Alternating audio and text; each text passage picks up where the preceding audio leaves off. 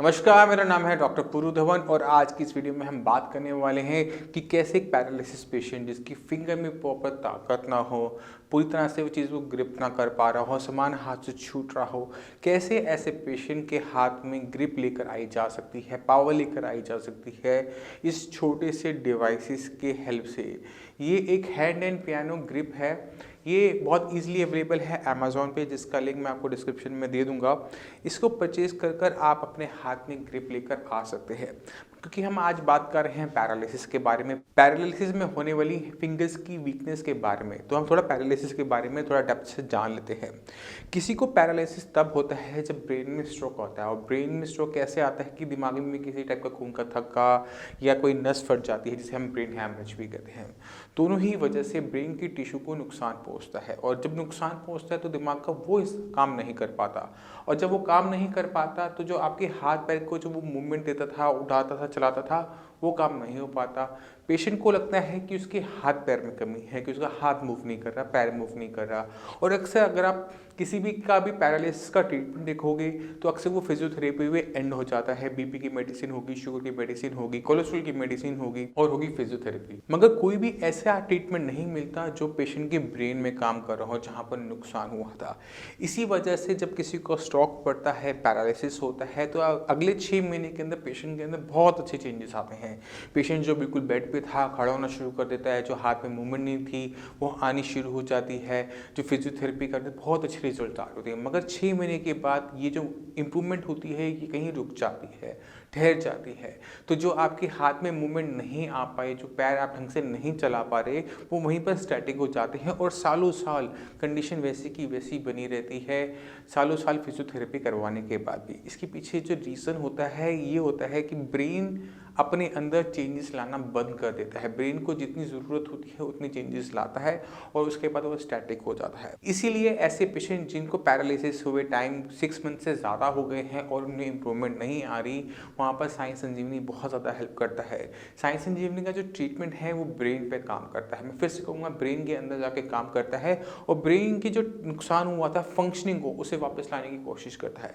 जो cells damage हो गए हैं, मर गए हैं, वो दोबारा जिंदा नहीं होते, मगर जो उसके आसपास के जो टिश्यू होते हैं, जो ठीक होते हैं, वो उस खराब डैमेज पार्ट का काम करना शुरू कर देते हैं। मगर मान लीजिए ये आपको पैरालिसिस 30 साल में हुआ, तो 30 साल से पहले उस सेल्स ने वो काम पहले नहीं किया होता, तो उन्हें सिखाना पड़ता है, उन्हें साधना पड़ता है, उनकी प्रोग्रामिंग करनी पड़ती है, और उन प्रोग्रामिंग के अंदर ये छोटे छोटे डिवाइसेस बहुत काम आते हैं।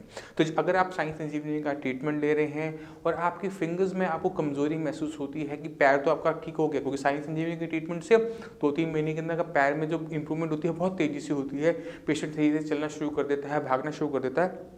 मगर ट्रीटमेंट के बाद भी हाथ ऐसी चीज़ है जो थोड़ा सा पीछे रह जाता है, क्योंकि चलने के लिए हमें दोनों पैरों की ज़रूरत होती है। मगर हाथ में क्या होता है कि आप अपने सही हाथ का यूज़ ज़्यादा करते हो और पैरालिसिस वाले हैंड को कहीं भूल जाते हो, उसे इग्नोर कर देते हो, निगलेक्ट कर देते हो। तो इसको लाने के लिए, इस हाथ में फंक्शनिंग लाने के लिए जो हम आपको CIMT बताते हैं, कॉन्स्टेंट इंड्यूस मूवमेंट थेरेपी, वो आपको करनी चाहिए। उसमें हम आपका सही हाथ जो बंधवा देते हैं, इससे फ़ायदा क्या होता है कि जितना भी काम करता है वो आपका काम करता है पैरालिसिस वाला हाथ। चाहे आप धीरे करते हो, स्लो करते हो, आराम से करते हो, कोई दिक्कत नहीं, सामान गिरता है कोई बात नहीं, मगर जो आप उस पर जोर लगाते हो, जब अपने दिमाग को आप कमांड कर रहे होती हो कि इस काम को क्यों करो, तो ब्रेन अपने आप उस चीज़ को करने की अपने अंदर क्षमता को लाना शुरू कर देता है। और कुछ टाइम में आप क्या देखते हो कि जो आपका हाथ चल नहीं रहा था वो चलना शुरू हो जाता है।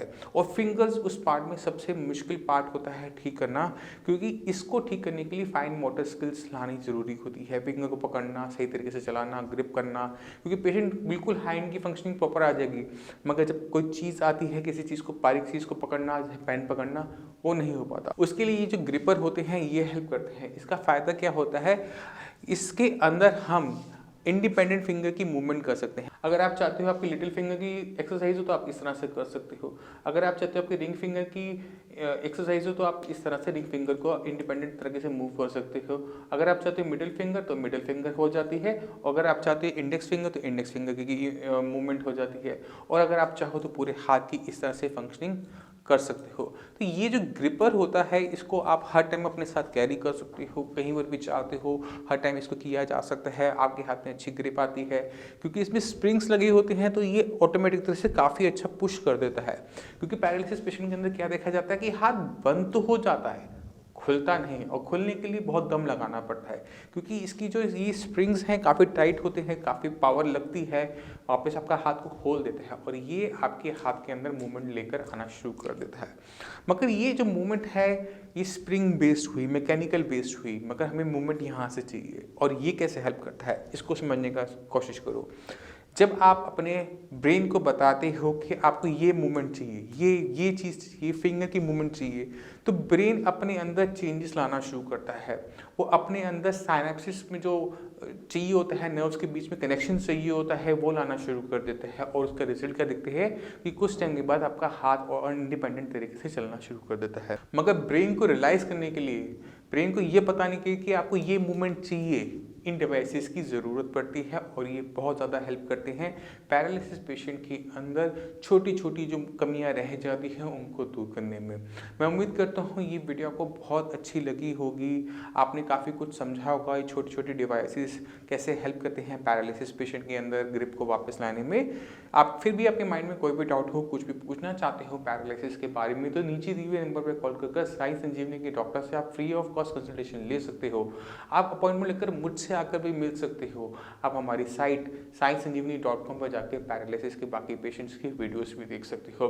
मैं उम्मीद करता हूँ ये वीडियो से आप काफ़ी कुछ समझ गए होंगे। फिर भी कुछ भी रह गया हो तो नीचे कमेंट सेक्शन में कमेंट कर आप मुझसे पूछ सकते हैं, हमें बता सकते हैं। इसी के साथ मुझे चलने की आज्ञा दीजिए। धन्यवाद।